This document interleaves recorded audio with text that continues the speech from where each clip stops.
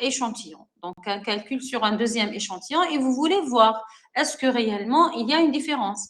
Est-ce qu'il y a une différence du diabète, par exemple, entre femmes et hommes? Est-ce qu'il y a plus de surdité professionnelle dans votre atelier A et votre atelier B, etc. D'accord? Donc, soit P1 et P2, les pourcentages respectifs d'un même événement dans deux échantillons différents. Ces deux pourcentages observés diffèrent-ils au niveau des populations d'où sont extraits les échantillons? Comme on a dit, généralement, on essaye d'avoir des échantillons représentatifs pour avoir après des résultats qu'on peut appliquer ou bien on peut extrapoler aux deux populations, enfin à la population échantillon. Donc, la différence observée entre P1 et P2 est-elle due aux seules fluctuations d'échantillonnage? On revient toujours à la même si vous voulez, point de départ. C'est que ces différences entre les échantillons sont liées à la simple fluctuation d'échantillonnage ou bien réellement il y a une différence. Ou est-elle due à une différence entre les valeurs vraies du pourcentage dans les deux populations d'où sont issus les échantillons? Dans un essai, là c'est un exemple, il n'y a pas mieux que l'exemple pour bien comprendre.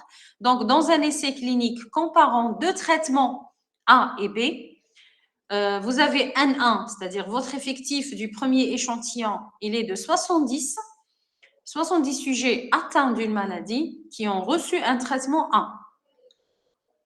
Donc, 31,4% parmi eux, soit 22. Donc, vous avez l'effectif, c'est 22. Lorsque vous faites 22 divisé par 70, 22 divisé par 70, vous aurez ça, ce taux de guérison. Donc, on guérit. Si vous voulez, le deuxième échantillon, il était de 50. 25 parmi les 50, soit 50%, ils sont guéris. D'accord? Alors que les 50, bien sûr, ont reçu le traitement B. Voilà. Là, vous donnez votre traitement à tout l'effectif. Et après, vous observez combien ont bien répondu. Ici, c'est 25. Ici, c'est 22. Ici, c'est un taux de 31,4%. Et ici, c'est 50%. Si on reste comme ça, dans l'interprétation, si vous voulez, simple et ignorante, on dira, waouh, le traitement B est plus efficace que le traitement 1, n'est-ce pas? Alors qu'on est censé faire des tests et tout ça pour ne pas dire n'importe quoi. Donc, les taux de guérison P1 et P2 des deux traitements, l'objectif, ce n'est pas vraiment de comprendre seulement ce qui se passe dans l'échantillon. L'objectif est de comprendre ce qui se passe finalement, cette différence entre les deux traitements. Est-ce que dorénavant, on va donner le traitement A ou bien on va donner le traitement B? C'est-à-dire, c'est ça. Donc, ils vous disent que les taux de guérison P1 et P2, pas P0. Ici, c'était, si vous voulez, P01, P02. Mais là, l'objectif ultime, si vous voulez, c'est de pouvoir deviner est-ce que réellement P1, c'est-à-dire le taux de guérison qu'on aura avec le traitement A, est différent du taux de guérison avec le traitement B, des deux traitements. Sont-ils différents?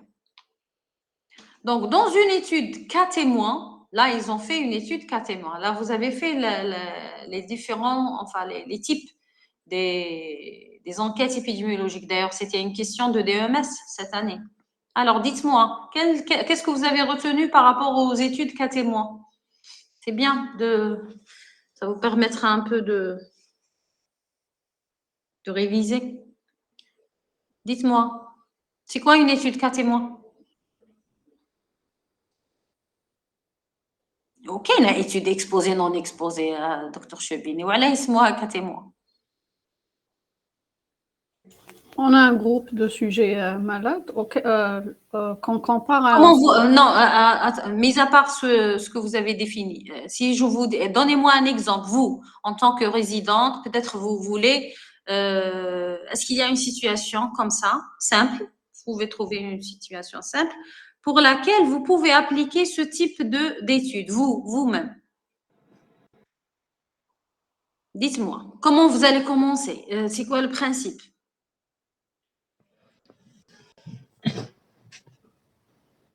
Allez-y, allez-y.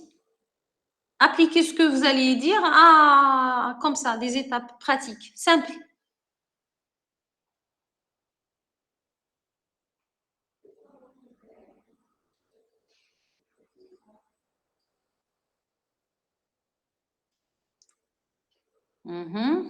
Non. Suivre, c'est aller dans le passé, voir s'ils étaient exposés ou pas à un facteur de risque. Voilà, oui, je sais que vous savez. Donc, voilà, montrez. Dans une population, donc on prend comment dirais-je, dans un échantillon, oui. Donc, on étudie les personnes qui sont exposées, soi-disant à un produit quelconque. Donc, prenons l'exemple d'amiante. Oui, on les compare à des témoins. Donc, comment dirais-je, l'exposition non exposée dans le Non, passé. non. Où est-ce qu'elle est la Malade, résidente non qui a malade. commencé à parler? À qui j'ai dit, expliquez-moi.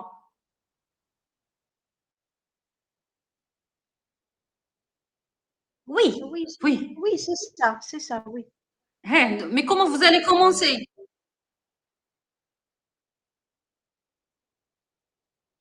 Commencez, faites-moi l'étude. Faites-moi maintenant l'étude. Dites-moi comment vous allez procéder.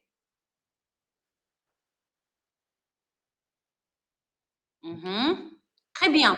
Déjà, le fait de démarrer, le démarrage déjà, ça démarre de la maladie et non pas de l'exposition. D'accord? Donc, vous démarrez des malades. C'est-à-dire, vous rassemblez votre population malade, vous les listez, vous les fixez. Donc, voilà. Ah, finalement, j'ai eu 20 cancers, 20 cancers de poumon. Ce sont vos cas. D'accord? Et à partir de ces cas, vous allez fixer votre deuxième liste qui, ça sera la liste des témoins. Parce que les témoins, ça se fixe par rapport au cas. Ce n'est pas exposé, non exposé. C'est pour ça que je vous ai dit non. Parce que exposé, non exposé, c'est-à-dire le critère de fixation, c'est par rapport à l'exposition. Non, même pas. Avant d'arriver à l'historique. Et mais les témoins, docteur Chebeni, les témoins, c'est qui? Les non-malades, c'est les non-malades, justement. Les malades, Très c'est les cas, bien. et Mais les il vous manque non-malades, un c'est les autre témoins. critère. Oui. Non malade? Non-malades, c'est les témoins, et les cas, c'est les malades. Donc, on compare les N'importe quel non-malades. Mais est-ce que n'importe quel non malade? Non, De par rapport à réduire la l'exposition, maladie. justement, par rapport à l'exposition à une substance donnée. Non. Par exemple, professeur, dans un hôpital ou là un service quelconque, on Hein? détermine la maladie sur laquelle on fait notre étude, on prend un échantillon, un groupe de malades parmi avec le service. Et le même service le même service, on prendra un groupe témoin non atteint de la maladie, mais qui peut avoir d'autres maladies. C'est-à-dire dans le même service, ils sont recrutés ou bien ils sont hospitalisés? Pardon? Ils sont hospitalisés, Oui, les c'est des participants. patients, oui. C'est des patients. C'est-à-dire ils sont hospitalisés dans le même service, mais ils ne sont pas atteints de la même maladie que vous voulez étudier. Par exemple. Non, L'essentiel, c'est ils devaient avoir les mêmes critères, non. Qu'il est malade, C'est quoi les voilà. critères, Hado?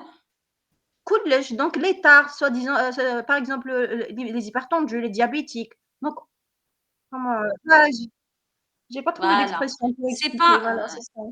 لازم Voilà. يكونوا Donc, vraiment. je pense que vous avez compris un peu l'étude cas témoin, mais pas vraiment. C'est que les cas, déjà, je veux démarrer.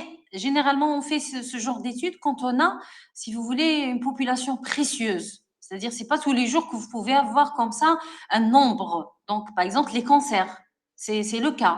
Une maladie rare, une maladie, si vous avez par exemple une maladie facile à détecter comme le diabète et tout ça, vous n'aurez pas forcément besoin de ce genre d'enquête, mais lorsque vous avez une maladie que vous voulez vraiment suivre de près, généralement, vous prenez l'étude cas témoin. C'est le cas typique, c'est les cancers.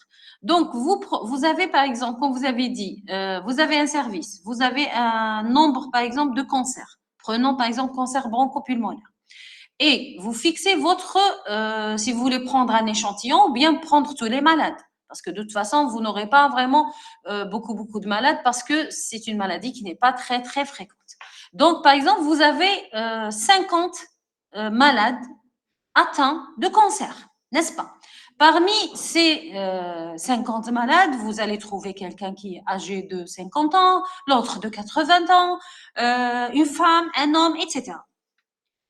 Après, la deuxième étape, donc là, vous avez fixé la maladie à étudier. Ça va de là. On commence par la maladie parce qu'après ça, on prendra les cas, on prendra les malades atteints de cette maladie, quel que soit le reste. Je ne cherche pas autre chose. Je prends les malades. Je ne cherche même pas l'exposition et même pas les autres maladies. Donc, je prends cette maladie que je veux étudier. Je fixe G50 cancéreux bronchopulmonaire.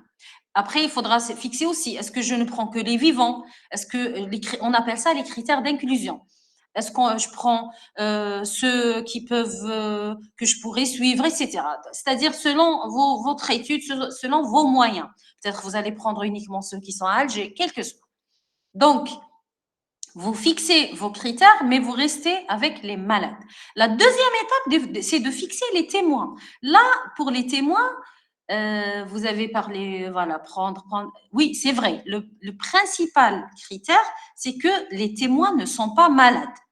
Témoins, ça veut dire ils ne sont pas malades ils ne sont pas atteints de cette maladie étudiée. Ça ne veut pas dire qu'ils n'ont aucune maladie. Ils peuvent avoir d'autres maladies, mais ils n'ont pas de cancer bronchopulmonaire. Ça, c'est la première des choses. Mais je ne peux pas prendre, ça veut dire que si j'ai 50 malades, je peux prendre le reste, 40 millions d'Algériens par exemple, moins 50. Mais non, je dois prendre pour chaque cas 2 ou 3 témoins. Ça se fixe aussi. Il y a des méthodes pour fixer le nombre de témoins par rapport au cas, mais généralement, on prend plus d'un témoin pour un cas.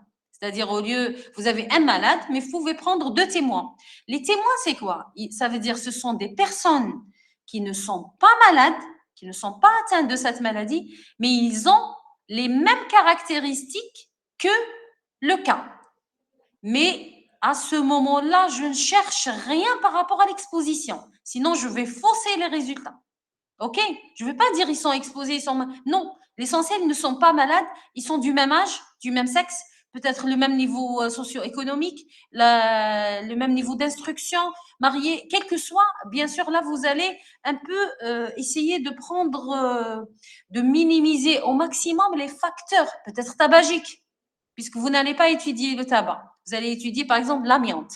Là, vous pouvez, pour ne pas fausser vos résultats, pour chaque cas tabagique, vous prenez un témoin tabagique. Ça veut dire que là, vous ne risquez pas de fausser. Parce que si vous prenez tous les cas, ils sont tabagiques et tous vos témoins ne sont pas tabagiques, là déjà, vous avez un biais.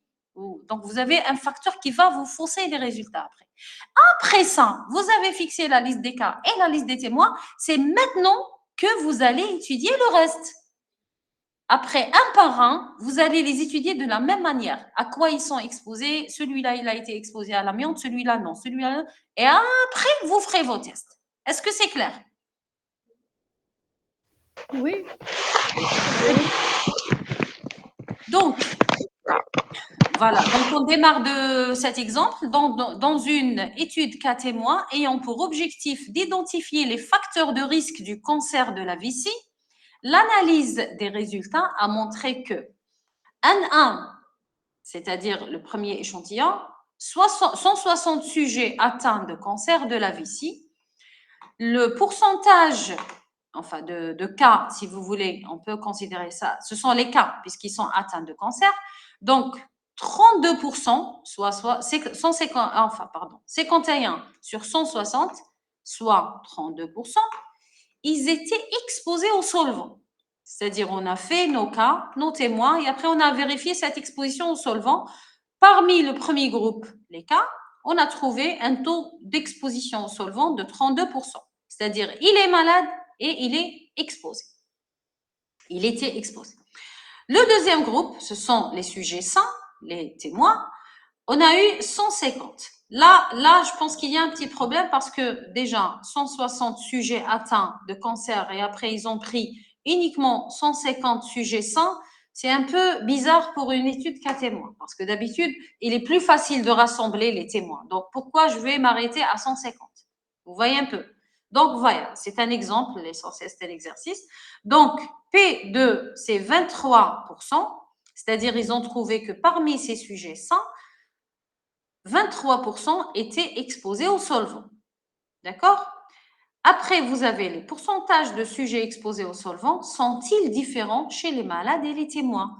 Donc, en quelque sorte, nous, qu'est-ce qu'on cherche? On cherche, est-ce que finalement les solvants augmentent le risque de cancer de la vessie? Donc, on a deux pourcentages à comparer, 32% et 23%. Là, c'est l'exposition au solvant. Autrement dit, si on ne trouve pas de différence, bon, ça va de soi, il n'y a pas de différence. Ça veut dire que ce soit malade, non malade, on n'a pas trouvé vraiment de différence par rapport à l'exposition.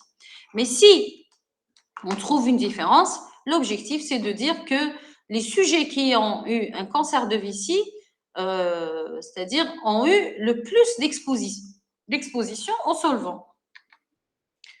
Donc, vous vous rappelez du tableau de contingence? Donc, j'ai insisté durant les cours précédents, c'est que dans ce genre de situation, il faut toujours dresser un tableau de contingence. Vous vous rappelez? Quand Oui, on a fait les statistiques descriptives, on a parlé des tableaux de présentation des données. Je vous ai dit, c'est votre tableau Excel où il y a les lignes pour chaque sujet d'étude. Il y a une ligne et après vous avez plein de paramètres. Donc vous avez vraiment tout. C'est votre base de données. D'ailleurs, pour votre mémoire, je vous conseille de bien préparer votre base de données. Ne suivez plus le calcul à la main, etc. Donc, une fois que vous avez votre base de données, après, ça sera facile.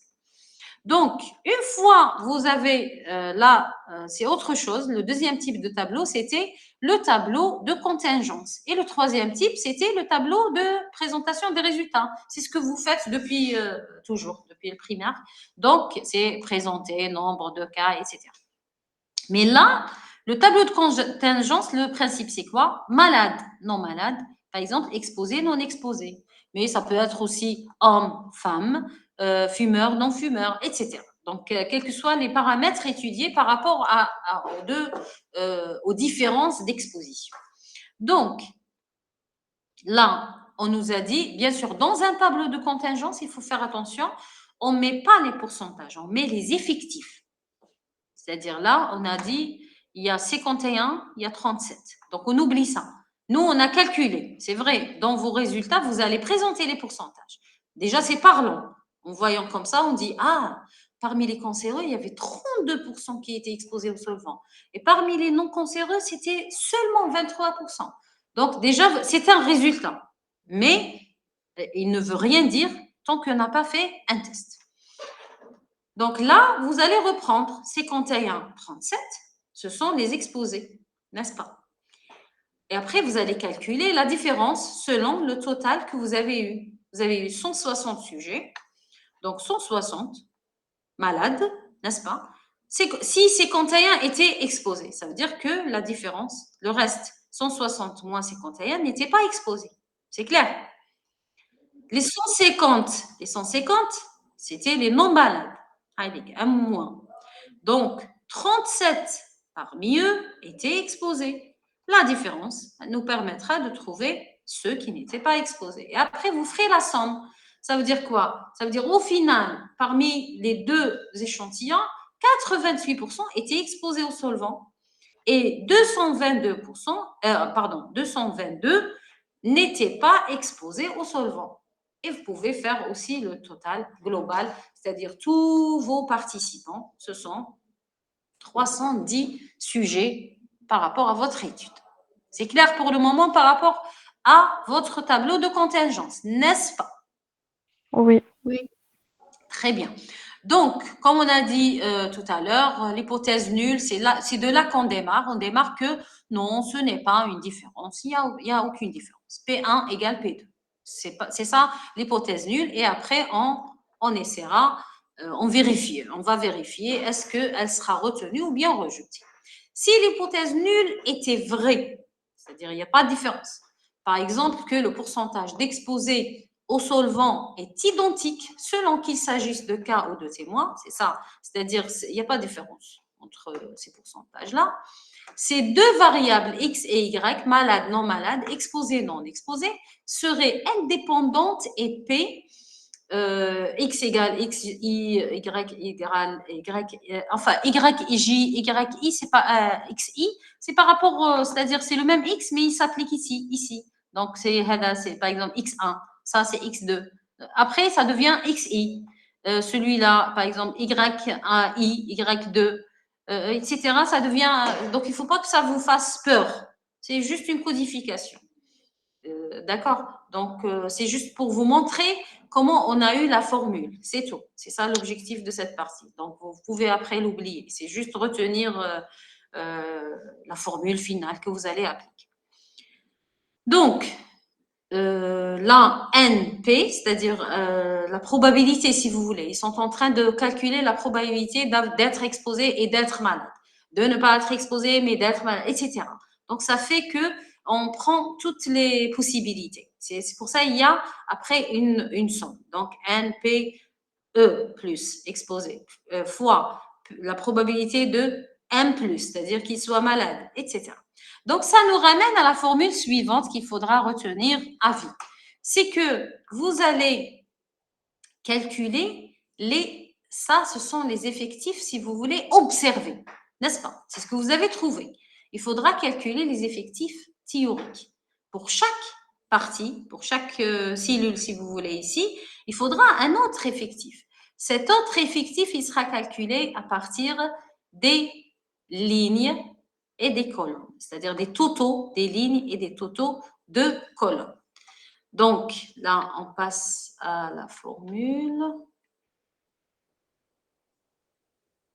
Bon, les effectifs théoriques ou bien attendus. Ils sont aussi appelés les effectifs attendus. Donc, en pratique, on procède de la manière suivante.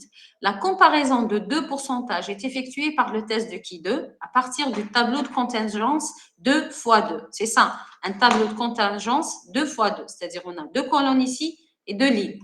C'est ça, 2 fois 2. On calcule d'abord un des effectifs théoriques en faisant le produit du total de sa ligne par le total de sa colonne, divisé par le total général. C'est-à-dire, vous prenez cette cellule. Est-ce que vous me suivez bien, s'il vous plaît? Donc là, Oui. très bien. Donc, j'ai besoin de calculer l'effectif attendu ici. C'est-à-dire comme si je vous fais ça.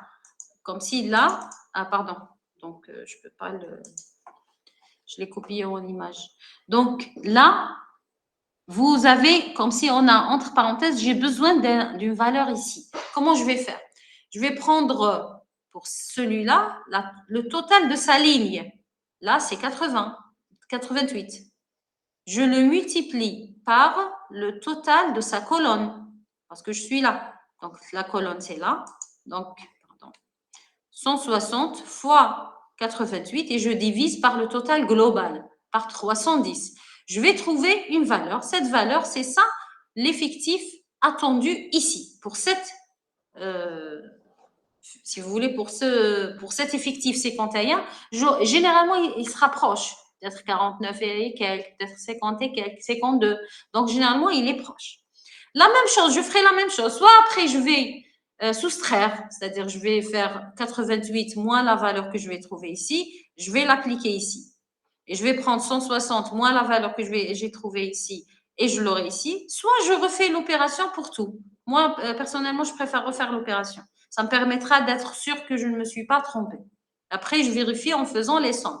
C'est-à-dire, allez-y, faites-moi ça. Retirez, enfin, essayez d'avoir soit un stylo, soit calculatrice. Calculez les effectifs attendus pour les 4 cases en faisant le total de la ligne multiplié par le total de la colonne en divisant par le total global. Si vous êtes ici, ça sera le total de la ligne multiplié par le total de la colonne divisé par le total global. Si vous êtes ici, ça sera ce total de la ligne fois ce total de la colonne divisé par le total global. Si vous êtes ici, ça sera ça fois ça divisé par ça. Est-ce que c'est clair?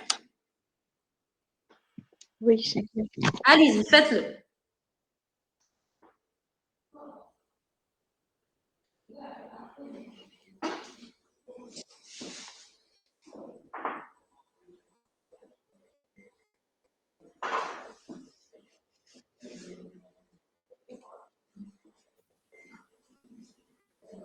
45 pour le 51.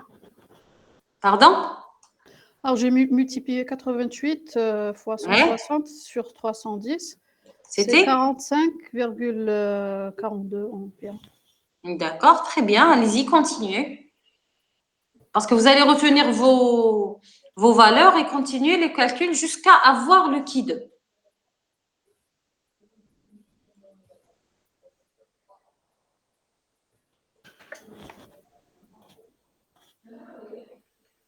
Alors, 42,58 pour le 37. D'accord. Donc, Allez-y, j'ai allez-y. Gardez vos chiffres. Gardez-les et après, vous me les donnez à la fois. L'essentiel, vous comparez que vous avez trouvé les mêmes valeurs. Mais vous allez les utiliser. Je veux dire, chacun utilisera ses valeurs.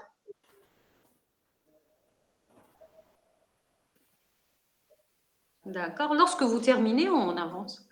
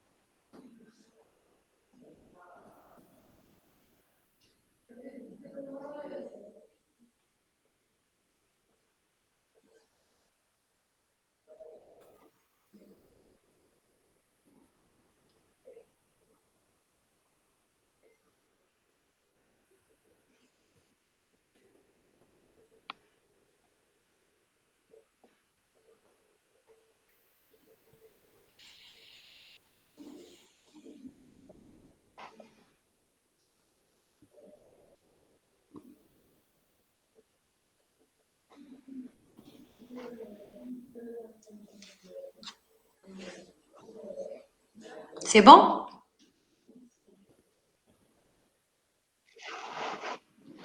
107,41.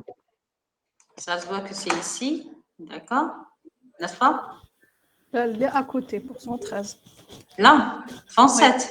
107, oui, 107. C'est D'accord. 117. D'accord. Donc, c'est bon? Vous avez les quatre effectifs attendus. Parce que ça, c'était les effectifs observés et vous venez de calculer vos effectifs attendus. C'est ça la première étape la première étape, c'était de dresser déjà votre tableau de contingence. Il vous permet déjà de comprendre qui est là, qui est là. Donc, ça, c'est la première étape. La deuxième, c'était de calculer vos effectifs attendus. Et vous l'avez fait. Très bien. Donc, après, en faisant, voilà, ça s'appelle aussi effectif théorique, donc attendu ou bien théorique, c'est la même chose. Le produit du total de ça, c'est bon. Les trois autres effectifs. Bon, là, c'est en utilisant le nombre de DDL. Retenez bien que le nombre de DDL, c'est le nombre de lignes moins 1 multiplié par le nombre de colonnes moins 1.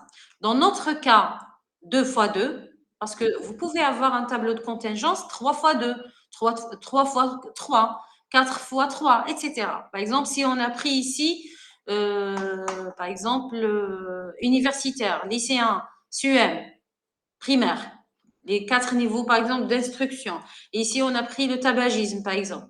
On a pris grand tabagique, tabagique, par exemple, modéré, non tabagique. Vous voyez un peu, ça nous aurait fait plein de colonnes et plein de lignes. Donc, comment calculer le nombre de DDL? Après, je vous dirai c'est quoi le nombre de DDL et en quoi on aura besoin. Degré de liberté, c'est ça DDL. Degré de liberté, DDL. C'est par rapport à la table de la loi de Qui 2. Je vous ai donné la loi de Qui 2, enfin la table, quand on a fait les lois et tout ça. Donc aujourd'hui, on doit l'utiliser cette table. Donc, c'est le nombre de DDL se calcule par rapport au nombre de lignes moins 1 multiplié par le nombre de colonnes moins 1. Vous aurez votre, si vous voulez, parce que les DDL, c'est plein de lignes. Est-ce que vous allez prendre la première ligne ou bien vous allez lire vos résultats sur la deuxième ligne, etc. Donc là, comme on est à un tableau de contingence de fois 2, donc ça nous fait premier DDL, enfin un DDL. C'est-à-dire on lira sur la première ligne. C'est retenu pour le moment. Donc, c'est un élément qu'il faudra retenir après en l'utilisant. Maintenant, on arrive à la formule comment avoir notre qui 2. Qui 2, c'est celui-là. Il y en a qui l'appellent qui carré, il y en a donc qui 2, etc. Donc, vous avez votre qui 2 ou bien qui carré. Il se calcule comment? C'est la somme effectif observé moins effectif théorique au carré sur l'effectif théorique. Tout ça, on le fait la somme, c'est-à-dire on calcule pour la première case, on calcule ça. Pour la deuxième case, ça sera plus ce résultat pour la troisième case, plus ce résultat pour la quatrième case. Et on aura un résultat. Allez-y, faites-le pour votre tableau, pour vos résultats. Est-ce que vous avez compris? C'est-à-dire quoi? Je vais faire ça. 51 moins ce que j'ai trouvé tout à l'heure. Le tout au carré divisé par ce que j'ai trouvé ici. Vous m'avez dit 46, 47, c'est ça? 45, 45, d'accord? Donc, vous allez appliquer ça. Donc, 51 moins 45, au carré divisé par 45,56, ce que vous avez trouvé. Plus la même chose ici, plus la même chose ici, plus la même chose ici, est égal, et vous aurez un résultat. Donnez-moi ce que vous avez trouvé comme résultat. Est-ce que tout le monde a compris? Je veux que tout le monde fasse tout seul, enfin, vous êtes tout seul normalement, mais bon. Parce que si vous l'appliquez une fois, après, vous allez le retenir.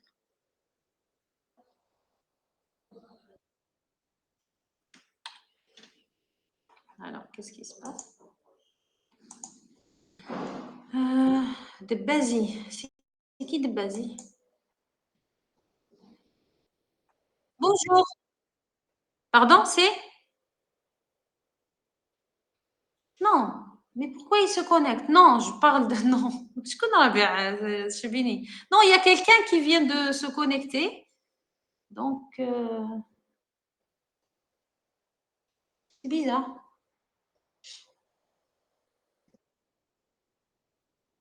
Et justement, comment? Mais c'est bizarre, vraiment. Là, je l'ai accepté. Bon, mais après, c'est grave. Peut-être parce que je suis au service. Je suis sur un réseau ouvert.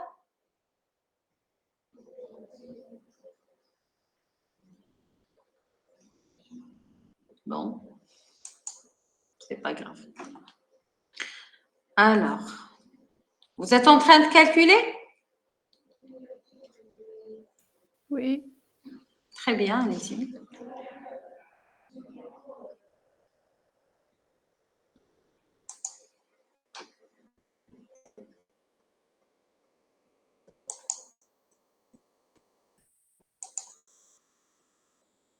Je vous laisse la formule. Donc, voici la formule.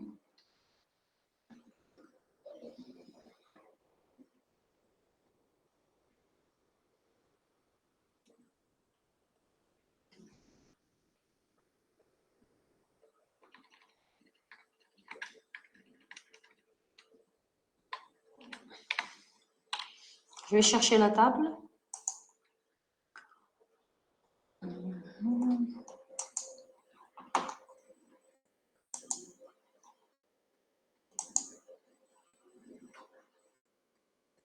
Ici, on va deviner le nombre de DDL, c'est-à-dire degrés de liberté, et je vous ai dit, ce sont par rapport aux lignes. C'est ça les DDL.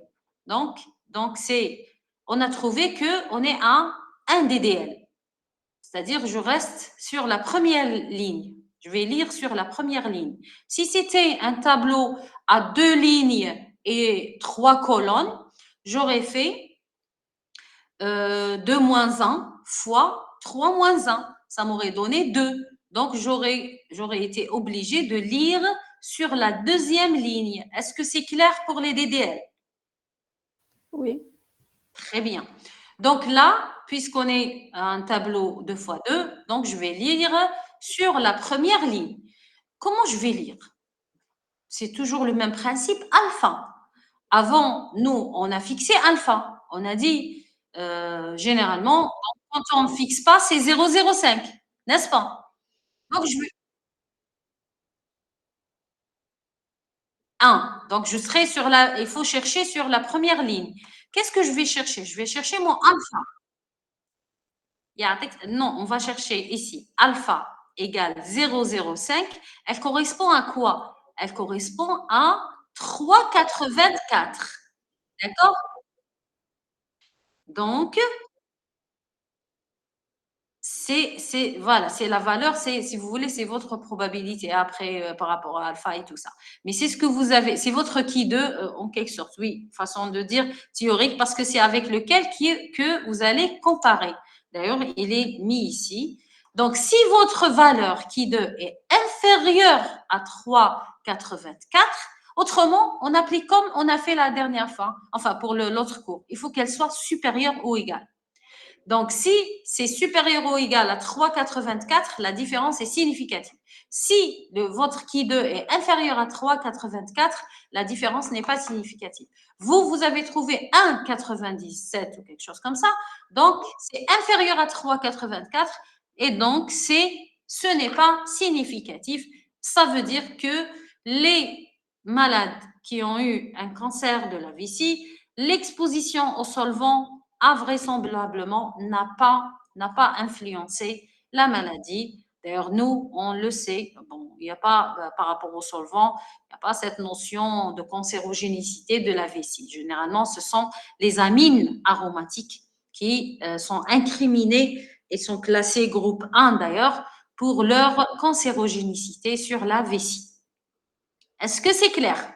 Donc, vous venez d'appliquer un exercice de qui 2 simple. Vous avez calculé tout seul, vous avez été à la table et vous avez deviné que finalement, ce n'est pas. Mais vous pouvez retenir que à chaque, comme on a retenu tout à l'heure, que à chaque fois on utilise le alpha 0,05, c'est 1,96. Là aussi, retenez pour le qui 2, à chaque fois que vous êtes à un alpha 0,05, vous pouvez retenir d'emblée la valeur 3,84. Vous pouvez la garder comme ça, la mémoriser. Bon, tant que 2, 2, tant que vous êtes à un tableau 2 fois 2, bien sûr. Si vous êtes à un tableau qui n'est pas 2 fois 2, cette valeur, elle changera. C'est pour ça il est important de comprendre la source de cette valeur pour ne pas l'appliquer après à tort à une autre situation. Si vous êtes dans un tableau 2 fois 2 et vous avez fixé votre alpha à 0,05, vous avez votre valeur de qui de référence avec laquelle il faudra comparer votre résultat. Si c'est inférieur à 3,84, donc ce n'est pas significatif. Si c'est supérieur, c'est significatif. Mais la même chose que tout à l'heure, si on trouve un résultat supérieur, est-ce qu'on se contente de rester là? Est-ce qu'on dira il y a une différence significative ou bien on doit faire autre chose? Dites-moi, qu'est-ce qu'on doit faire aussi? Si on avait trouvé une valeur de qui 2, par exemple, on va changer les valeurs, on va trouver 4,5 par exemple. Est-ce que on dira et c'est tout et on s'arrête?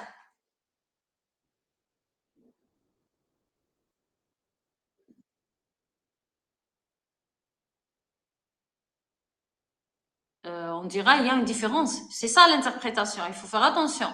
Il faut dire juste que la différence entre les deux pourcentages est significative.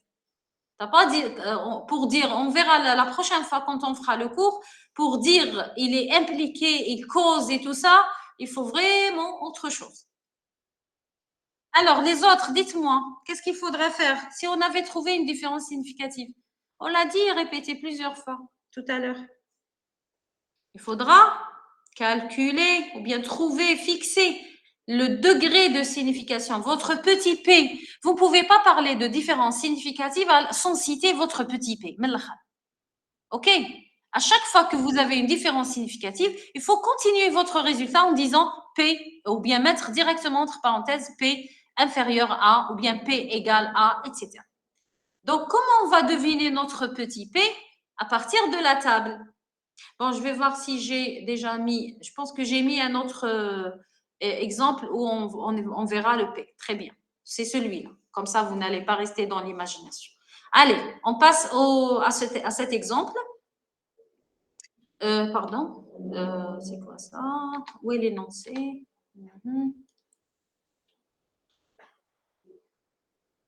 Oui, on a parlé, oui, pardon. On a mis 2 exemples ici. Non, c'est pour les traitements. Ici, on a parlé des traitements, traitements A et B. Donc, on va appliquer le qui 2 pour cet exemple-là. OK? Donc, j'ai préféré commencer en citant les exemples par celui où il n'y a pas de différence significative avant de passer à celui où il y aura une différence significative. C'est clair? Donc, ici, on a parlé des traitements. Voilà, traitement A, traitement B, n'est-ce pas? Et on a dit guéri, non guéri. Donc, là, on va calculer. Donc, regardez, l'énoncé, c'est ça. Donc, l'échantillon 1, 70, combien ils ont pris donc le traitement A et combien ont été déclarés, si vous voulez, ont bien répondu à ce traitement. La même chose pour l'échantillon numéro 2. Là, on va dresser le tableau. Le voici.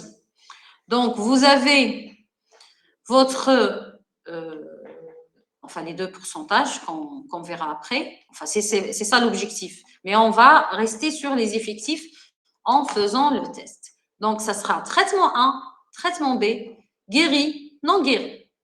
OK? Donc, vous avez les effectifs. On a dit que 22 ont finalement guéri après avoir pris le traitement A. Ça veut dire les autres, 70 moins 22, n'ont pas répondu au traitement A. La même chose pour le traitement B, on l'a administré à 50 sujets, 25 ont bien répondu et 25 n'ont pas bien répondu. Là, ce que vous voyez entre parenthèses, ce sont les effectifs théoriques. Voilà, théoriques. Donc, vous pouvez vérifier, vous pouvez calculer, vous faites 22. Est-ce que c'est tout le monde qui est en train de me suivre, s'il vous plaît? Oui, professeur, on vous suit. Très bien. Donc, si on fait 22 pardon, pour le 22. 47 fois 70 sur 100. Voilà, je veux dire, pour le 22, on fera 47 multiplié par 70, divisé par 120, on aura ça. 27,4, n'est-ce pas? Pour celui-là, ça sera ça fois ça divisé par ça, et on aura cet effectif. Et après, on fait la formule comme vous l'avez appliquée tout à l'heure. 22 moins 27,4, le tout au carré, divisé par 27,4 plus, etc. Jusqu'à la fin des cases, on aura un résultat qui est égal à 4,2. Là, c'est intéressant. 4,2 est supérieur à 3,84. Donc, on est devant une différence significative. Ça veut dire on rejette l'hypothèse nulle. On rejette l'hypothèse qui dit que P1 égale P2. N'est-ce pas? Elle est rejetée, l'hypothèse nulle. Mais là, il faudra après, donc, voici, docteur Chebini, comment interpréter. Les pourcentages de guéris sont différents chez les sujets traités avec le traitement 1 et chez ceux ayant reçu le traitement B. On n'a pas le droit de dire le traitement A est plus efficace, ni cause, ni… Vous voyez un peu, on reste sur l'interprétation et on a le droit de dire significativement ou bien statistiquement. Donc, c'est une différence statistique significative. C'est-à-dire, elle a été vérifiée. Maintenant, il faudra préciser le degré de signification, le petit p. Comment ils ont mis ici p inférieur à 0,05? Ninja Buhari. Comment? Vous voyez un peu. Là, il faudra qu'on fasse ici l'application. Donc, pour comprendre. Ils ont trouvé combien? 4? 4,5. 4,2. 4,2. Donc, 4. Est-ce que tout le monde arrive à voir ici? Sinon, j'agrandis un peu. Très bien. Ça va? C'est mieux? Très bien. Donc, regardez. Ici. Ah, pardon.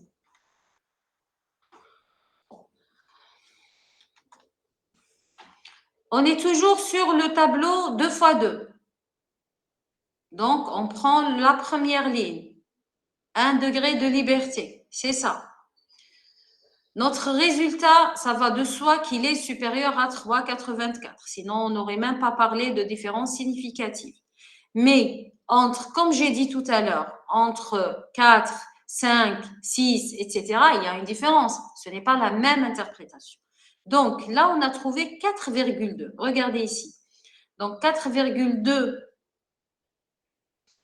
c'est inférieur à 5,02 et c'est supérieur à 3,84. Donc, c'est un peu entre les deux. OK? Donc, elle se situe ici. Là, attendez. Si c'était cette valeur, si on avait trouvé cette valeur, on aurait directement pris cette valeur comme P, comme petit p. C'est 0,025. OK? Mais là, qu'est-ce qu'ils ont mis?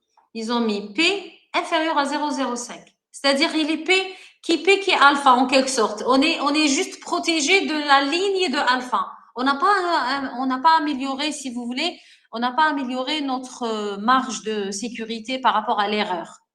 0,05, c'est la limite, c'est alpha.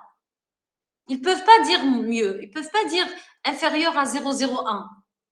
Qu'est-ce qu'on a dit tout à l'heure? Plus P est petit, mieux c'est. Mais là, ils ne peuvent pas parce que vraiment, on est à la limite. 4,02, c'est juste après 3,84. On n'a pas atteint ce niveau. Si c'était 5, si c'était 5,10, 5,2, etc., on aurait pris P égale 0,25. Si c'était inférieur, si c'était entre là et là, on aurait dit P inférieur à 0,025. Et ça aurait été un meilleur résultat que celui-là. Donc, si moi, je lis votre mémoire et je trouve que vous avez trouvé cette différence significative et je trouve, entre parenthèses, P inférieur à 0,05, ça veut dire différence significative sans plus. C'est pas très fort. Vous voyez un peu? C'est pas très fort comme résultat. Parce que vraiment, à peine on s'est éloigné de la marge d'erreur. Est-ce que c'est clair? Est-ce que vous avez compris comment on a deviné petit p? C'est en comparant vos résultats à celui-là. Imaginez que vous avez trouvé un qui 2 qui est égal à 7. On peut trouver 7, 8, 9, quel que soit. D'accord? Si vous trouvez un qui 2, par exemple, qui est égal à 7, vous allez d'emblée dire que votre P, petit p, est inférieur, parce que comme on a dit, plus cette valeur va augmenter, ça veut dire que votre P est en train de diminuer. Et c'est mieux. Le P, c'est un peu votre erreur. C'est le risque d'erreur. Donc, plus il est petit, mieux c'est. Donc, vous allez dire P, c'est inférieur à 0,01 parce que 7, elle se trouve ici. Après le 6,63. Si on trouve un qui 2 à 11, vous allez d'emblée dire P, petit p, est inférieur à 0,001. Et c'est vraiment mieux. D'accord? Est-ce que c'est clair? Oui. Très bien. Donc, on continue. C'est bon pour le qui 2. Donc, si vous prenez le qui 2 sans logiciel, sans rien du tout, là maintenant, vous êtes vraiment capable de le calculer tout seul. Donc, vous êtes capable de prendre vos effectifs, dresser votre tableau, faire votre calcul manuel, comparer avec la table et c'est bon.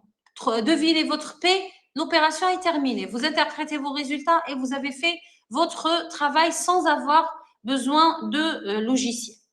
Est-ce que c'est clair? Très bien. Maintenant, on va passer à d'autres situations. Là, bon, c'est un autre exemple où ils ont trouvé un qui de 1,99, donc c'est bon. Oui, c'est celui que nous avons fait. Oui, c'est ce que vous avez calculé tout à l'heure. Oui. C'est normal, il fallait que je mette les résultats. Donc, maintenant, on était dans une situation, regardez, ici, on était à 51, 37, 42, donc on était tranquille. Parce qu'il y a une limite où on ne peut pas être tranquille. Là, c'est 22, 25, 25. Justement, lorsque vous approchez de 5, là, vous n'aurez plus le droit, en quelque sorte, d'appliquer le qui 2. Justement, on est là. Donc, ça, c'était les grands échantillons. C'est-à-dire vos effectifs, tous les effectifs étaient supérieurs, nettement supérieurs à 5. Parce que Après, une fois vous avez vos effectifs, si c'était là, vous avez calculé, par exemple, c'est un autre tableau. Dès que vous avez calculé, vous avez trouvé 4 ou bien 4,5. Là, vous vous arrêtez parce que vous n'avez plus le droit en quelque sorte d'utiliser le qui 2. D'accord? Ou bien vous allez continuer et appliquer une autre formule, pas celle-là. Donc, on va voir justement ces situations de petits échantillons. Donc, lorsqu'il s'agit de petits échantillons, ça va de soi, les effectifs répartis dans le tableau seront aussi petits. Donc, vous avez deux possibilités. Soit vos effectifs calculés, et là j'insiste, je souligne, ce sont les effectifs calculés et non pas les effectifs observés. C'est-à-dire, c'est ce que vous avez ici entre parenthèses. Donc, lorsque vous avez des effectifs calculés qui n'ont pas, parce que la condition, il faut que ça dépasse 5. Mais si vous les avez entre 5, 3 et 5, c'est-à-dire c'est un peu réduit, comme j'ai dit, 4, 4,5, etc., vous pouvez appliquer sur la formule de calcul la correction de Yates. C'est-à-dire, c'est la même formule c'est le test du qui 2, mais on dira avec la correction de Yates. Parce que à la formule, il y a un petit changement à la formule. Sinon, si c'est. Qu'est-ce qui se passe? Qui est en train d'appeler? Alors. C'est bon? Donc, je disais, si vous avez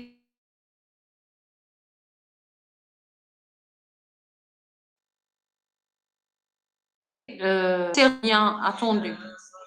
Qu'est-ce qu'il y a? Attendez.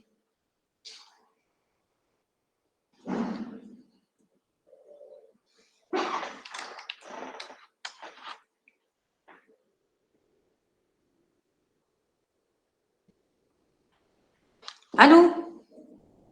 Bonjour, professeur Harib, ça va, vous allez bien? La base. Allô? Oui, professeur, on est là. Pardon, j'ai reçu un appel, donc j'ai dû répondre. C'était professeur Harib, donc enfin j'ai répondu. Là, je suis en plein visiocontact. Alors, donc, le qui 2 corrigé de Yates, on a dit que lorsque on est dans cette situation, c'est-à-dire les effectifs sont calculés sont entre 3 et 5, là, vous pouvez appliquer, si vous voulez, on a pris la même formule, regardez, la somme, les effectifs observés, l'effectif, parce que c'est pour chacun. Après, on met en valeur absolue et on réduit, enfin, on fait la soustraction de 0,5 avant de faire le carré. C'est ça la petite modification. C'est tout. C'est ça la correction de Yates. Vous avez compris? Tout à l'heure, il n'y avait pas de moins 0,5. C'est la seule différence. Si on fait ça, donc on applique. On aura et on applique de la même façon. On utilise la table et tout ça. D'accord? Donc, mais généralement, en pratique, vous n'allez pas utiliser ça lorsque vous aurez des petits effectifs parce qu'ils vous disent en statistique qu'il n'y a pas mieux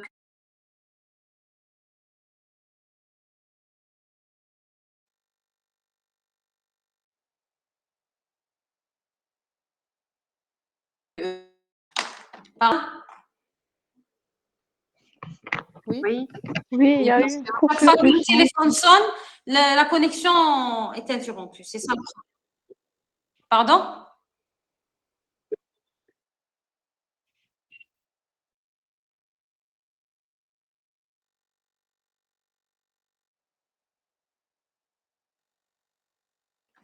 Donc là, pardon.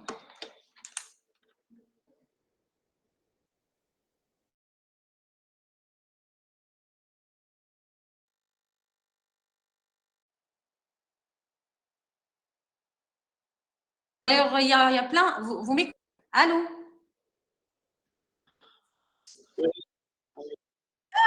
Là, et c'est M. Ali Hadef du métro qui appelle et rappelle. Donc, je dois lui dire que je suis en plein cours. Sinon, ça sera interrompu.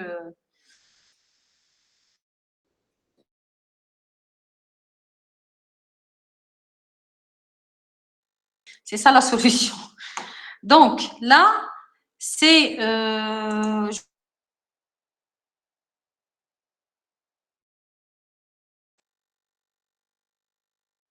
si H0 est vrai. C'est-à-dire, ils vont supposer que c'est égal et après, ils vont calculer P, etc. C'est vraiment compliqué. D'ailleurs, il y a plein de statisticiens qui disent maintenant qu'il n'y a pas mieux. Normalement, même le Ki2 devrait disparaître, le test, parce que le Fisher est 1000 fois mieux.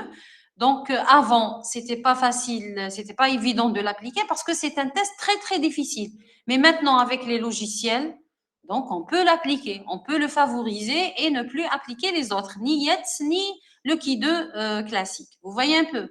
Mais bon, on pratique dans les études et tout ça. Il est toujours utilisé le Ki2, mais pour les petits effectifs, c'est-à-dire à chaque fois il y a un doute par rapport aux effectifs qui sont un peu petits, il faut prendre les résultats du test de Fisher.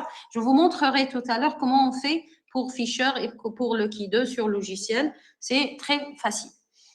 Donc, voici les formules de Fisher. Donc, déjà, en les voyant.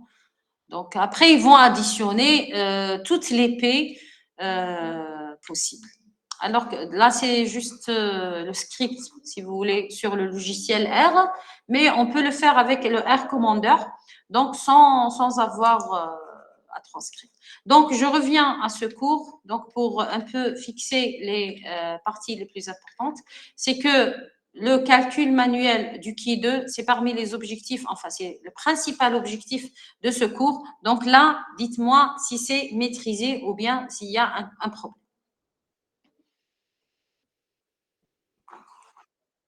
Normalement, c'est bon? Normalement, c'est OK, oui. Très bien, très bien. Donc, voilà, rappelez-vous par rapport au DDL, comme ça, vous serez situé quelle ligne vous allez utiliser. La formule, donc la voici, elle est facile. Rappelez-vous, à chaque fois que vous êtes sur alpha 0,05 et vous êtes avec un tableau 2 fois 2 de contingence, donc c'est la valeur de 3,84 qui est censée être votre repère de comparaison. Il faut bien sûr que votre Ki2 dépasse cette valeur et après, vous allez vérifier le degré de significativité, le degré de signification sur la table. Voilà. Et puis, vous rappelez de ça, c'est que lorsque c'est entre 3 et 5, vous avez le droit d'utiliser le Ki2, mais à condition d'utiliser dans la formule la correction de Yates, c'est-à-dire utiliser cette formule au lieu de la formule précédente qu'on avait vue ici. Sinon, dans les autres situations, c'est le test de Fisher qui s'applique. Ceci dit, vous avez le droit d'appliquer le test de Fisher à cette situation et à toutes les autres situations. Il n'est pas interdit d'utiliser le test de Fisher lorsqu'il s'agit de grands effectifs. D'accord? Il n'est pas interdit. C'est pas parce qu'on a dit inférieur à 3 que si je n'ai pas un effectif inférieur à 3, je n'ai pas le droit d'utiliser le test de Fisher parce que de toute façon, il est plus exact que le Ki2 et que le Ki2 avec le Yates. Est-ce que c'est retenu? Oui. Très bien. Mais en pratique, voilà.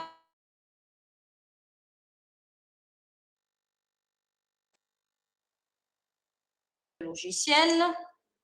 Donc, je vous conseille d'aller sur... Est-ce que tout le monde a téléchargé le logiciel R?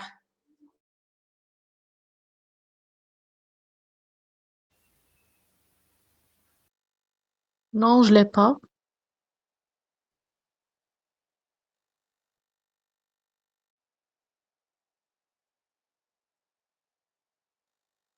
Télécharger une autre fois. Donc, là, vous mettez, par exemple, On vous entend pas, professeur. GR for Windows. Donc là, une fois que vous êtes à l'intérieur, donc vous pouvez utiliser, généralement c'est le 64, les PC. Donc vous avez généralement, moi je l'ai téléchargé, c'est pour ça qu'il ne me donne pas la main. Mais bon, on peut tenter. Là, voilà. Donc là, essayez de choisir la dernière version parce qu'il y a toujours des versions. Là, je suppose que c'est la dernière. C'est le 4.3.2 parce que j'ai sur l'autre PC, par exemple, je pense 4.2, quelque chose comme ça. Donc, à chaque fois, ça avance. Donc, c'est par exemple 64 bytes. Mais il y en a des PC, si ça, vous ne pouvez pas le télécharger, vérifiez si votre PC n'est pas à 32 bytes, surtout avec les petits PC. Donc, une fois que vous lancez le téléchargement, comme tous les logiciels, il vous demande la main pour l'installer et tout ça. Une fois que vous l'installez, il faudra faire une autre étape qui est très importante. C'est, vous allez on appelle ça la console de votre logiciel R. Donc, c'est comme ça, avec le R console. Donc, ça s'ouvre comme ça. Après, c'est là qu'on va un peu éditer, si vous voulez, les actions. Donc, mais la première fois, vous n'avez pas, si vous voulez, assez de package. Donc, vous allez ici et vous mettez installer package. D'accord? Dès que vous mettez installer package, donc là, il vous donne, vous êtes dans quel pays? Bon, il n'y a pas Algérie, mais vous pouvez laisser 0 et vous mettez OK, etc. Donc là, il vous donne la main. Voici une liste des packages. Il y en a beaucoup, beaucoup, beaucoup. Donc énormément. Donc là, la première des choses, c'est de télécharger c'est d'installer le package le R Commander. On appelle ça le R Commander parce que c'est à partir de lui que vous aurez, si vous voulez, c'est le minimum pour le R. Vous ne pouvez pas fonctionner, sauf si vous allez appliquer, mais c'est compliqué. Donc pour nous, on commence toujours par le R Commander. Donc, vous cherchez R. Vous trouverez RCMDR. Notez, s'il vous plaît, quelque part. R, grand R, petit C, petit M, petit D, petit R. Voilà, je vous le montre. Où est-ce qu'il est? RCP. Voilà, c'est par ordre alphabétique, mais il y en a tellement. Allez. Voilà. Donc là, déjà, vous avez plusieurs RCM. Prenez le premier, celui-là. D'accord? RCMDR. Moi, je l'ai déjà installé, donc je ne peux pas lancer. Mais vous allez lancer ça. Est-ce que c'est clair? Oui. Très bien. Une fois que vous lancez le RCMDR, il arrive de temps en temps, il vous dit, voilà, vous ne l'avez pas encore. Donc là, il faut le relancer une deuxième fois pour vérifier que vous l'avez. Donc là, vous irez ici, là, à côté de la flèche rouge, et vous allez écrire library. Retenez ça, notez-le quelque part au stylo et faites attention à la minuscule, majuscule et tout ça. Donc, il n'y a pas de majuscule. Library, minuscule. Entre parenthèses, vous mettez R, C, MDR. Voilà. Et vous faites entrer. Si vous ne l'avez pas, c'est-à-dire vous n'avez pas pu installer le package, il va vous dire, regardez-moi le message, enfin, je l'ai pas, il n'a pas retenu. Tout à l'heure, il m'a dit pour avoir le RCMDR, il vous faut d'autres packages n'ont pas été installés. D'accord? Par exemple ici, à nécessiter le package, etc. Tout à l'heure, il me disait à échouer parce il n'a pas pu télécharger tout ça. Mais dès que vous allez refaire l'opération, ça va, généralement, des fois, c'est un problème de connexion seulement. Donc, il faut insister, refaire jusqu'à avoir ça.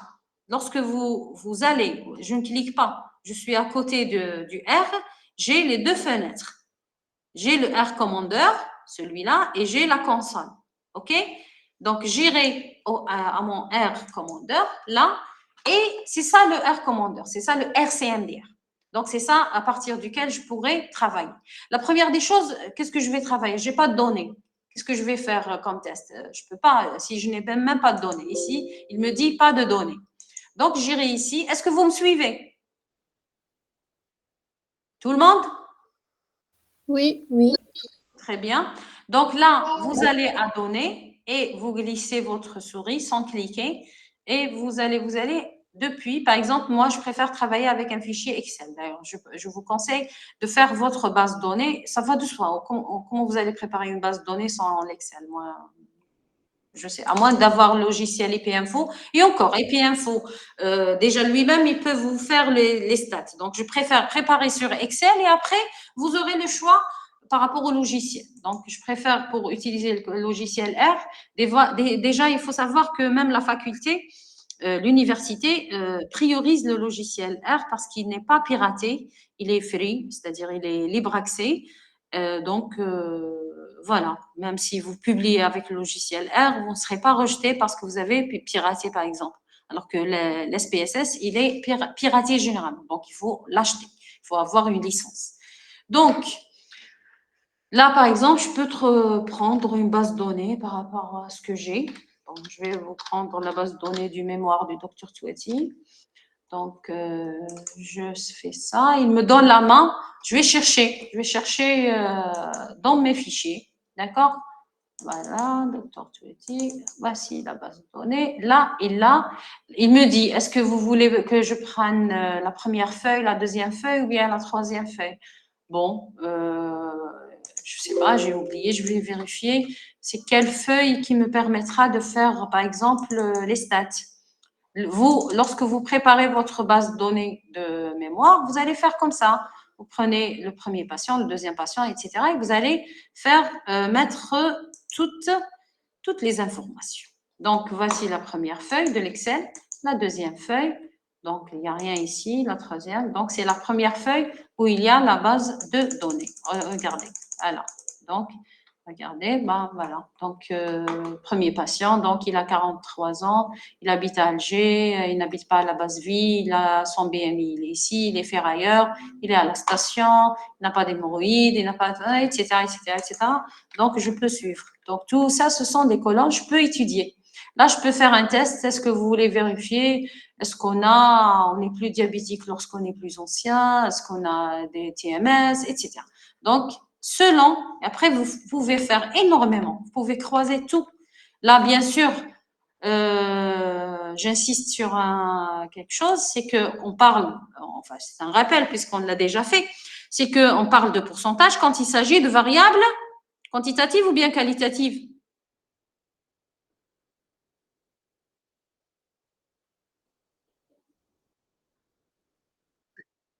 Oui, on parle de pourcentage. Comment? Attends. Pourcentage de quoi, Chebini?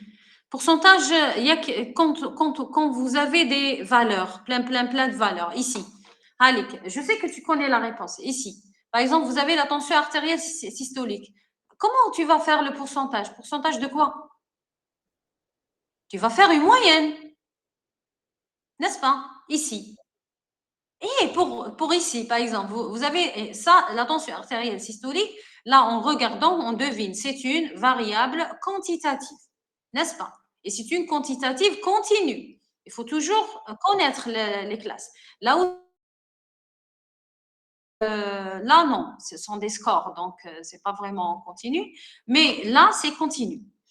Mais là, ophtalmo, pathologie ophtalmique, oui ou non? Là, c'est qualitatif.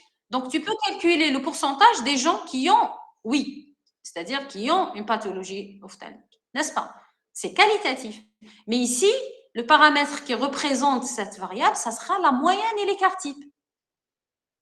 L'âge, lorsque vous mettez l'âge. Maintenant, si vous me dites, oui, je peux la transformer, du moment que vous allez la transformer, ça sera une autre chose. Oui, je peux classer après mes chiffres, voilà, les classes, et après je dirais normal ou bien élevé, etc.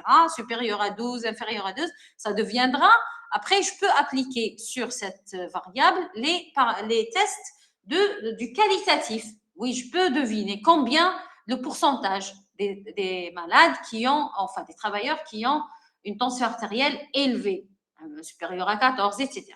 D'accord? Mais il m'a fallu déjà traiter, c'est-à-dire transformer. Mais comme ça, je ne peux pas calculer de pourcentage. Mais là, c'est le qualitatif. Malade, non malade, qu'est-ce qu'on a dit? Diabétique, non diabétique, etc. Donc, c'est la variable qualitative. Donc, là, je reviens à mon recommandeur pour revenir après, pour récupérer. Est-ce que quelqu'un essaye d'entrer? Je ne sais pas c'est quoi tout ce bruit. Tan, tan. Donc là, c'est bon, il n'y a personne. Je reviens ici. Donc, données. Suivez-moi. Donc, importer des données depuis un fichier Excel. Là, j'ai perdu ce que j'ai mis tout à l'heure. Base de données. Par exemple, tu vois. Et là, c'est OK. Et là, je choisis. Il me dit quelle feuille. Je lui dis la feuille 1, la feuille 1.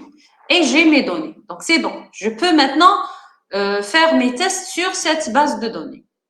J'irai à statistiques. Je peux demander des résumés. D'accord? Par exemple, ici, distribution de fréquences. Allez. Qu'est-ce que vous voulez savoir? Voici les paramètres. Regardez, dès que je lui ai demandé distribution de fréquences, il m'a proposé les variables qualitatives. Parce qu'il ne peut pas me donner la fréquence de quelque chose qui est quantitatif. N'est-ce pas? Donc, pathologie ORL, ophtalmo, etc. HTA, oui, non. Est-ce que vous voulez savoir combien on a trouvé la prévalence de l'HTA? Donc, voilà, j'appuie sur HTA, OK, et c'est bon. Regardez ici, est-ce que vous voyez? Ce que vous voyez ici. Donc, j'ai 3 hypertendus. Voilà, c'était seulement 3. 3 personnes étaient hypertendues et 39 n'étaient pas hypertendues, donc un pourcentage de 7,14. Regardez, pourcentage et HTA, c'est tout. D'accord? Donc, ça, c'est pour avoir le descriptif. Maintenant, pour table de contingence, c'est-à-dire, là, c'est vrai qu'il faut un peu adapter ce que vous avez appris au langage du R, mais ce n'est pas très compliqué. Donc, il suffit d'essayer de choisir un peu. Par exemple, on prend burn-out et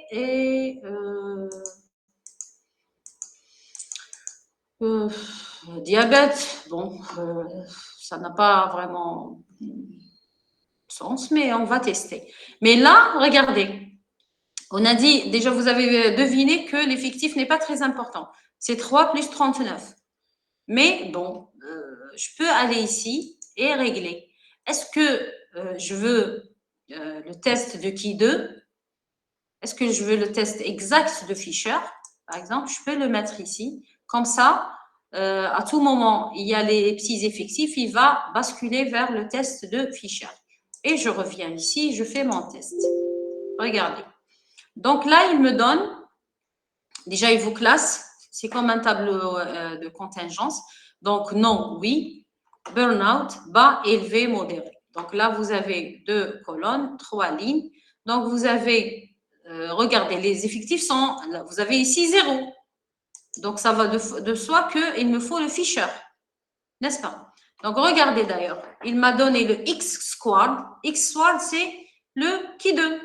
Qui carré. Squared, c'est carré et X, c'est le qui 2. Donc, il a trouvé une valeur de 1,6. Déjà, 1,6, c'est inférieur à 3,84, n'est-ce pas?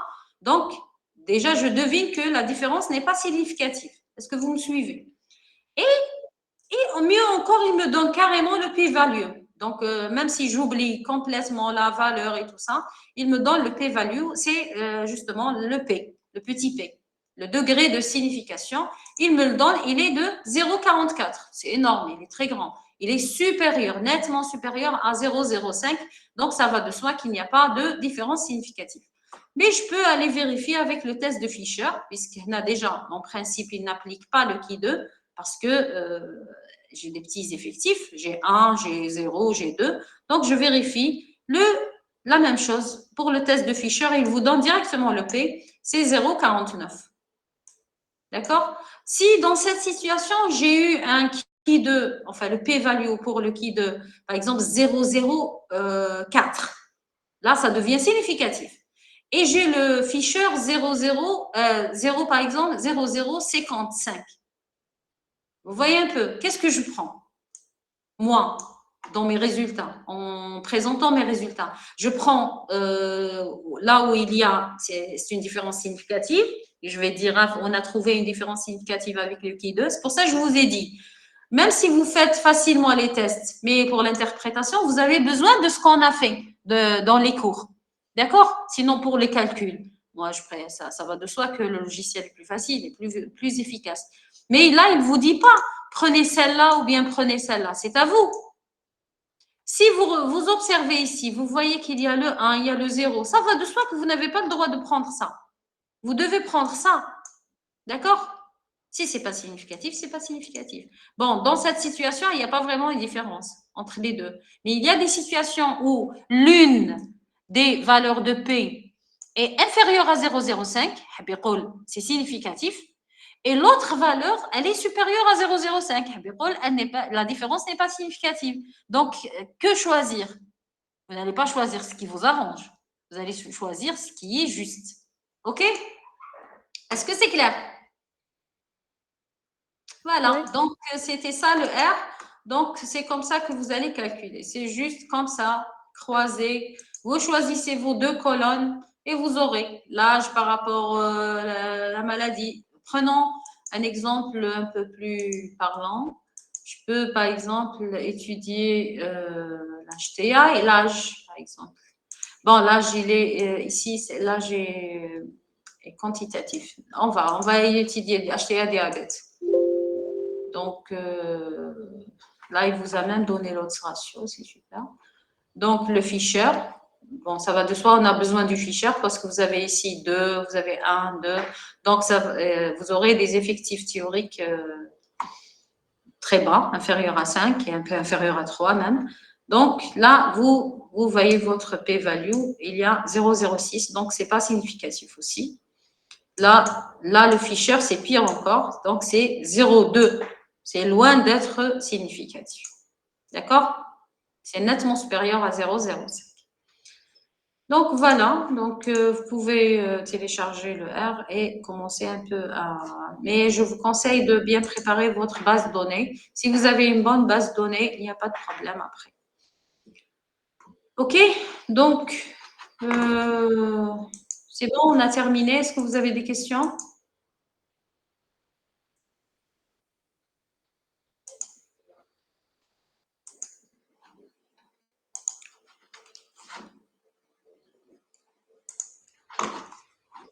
Alors, je reviens à la feuille de présence, s'il vous plaît, pour que je l'envoie à Madame Laïb. Donc, Tobbal présente. Celui de Tizi, bon, il était là, il n'était pas là. Donc, c'est bon. Très bien. Donc, on se dit au revoir. Je vous enverrai les supports, les polycopiés dans peu de temps. OK? Merci. Les autres, vous êtes là? Merci, au revoir. Merci, De rien, de professeur. rien. Une fois que vous aurez le R, si vous voulez des séances, donc je suis à votre disposition, il n'y a pas de problème.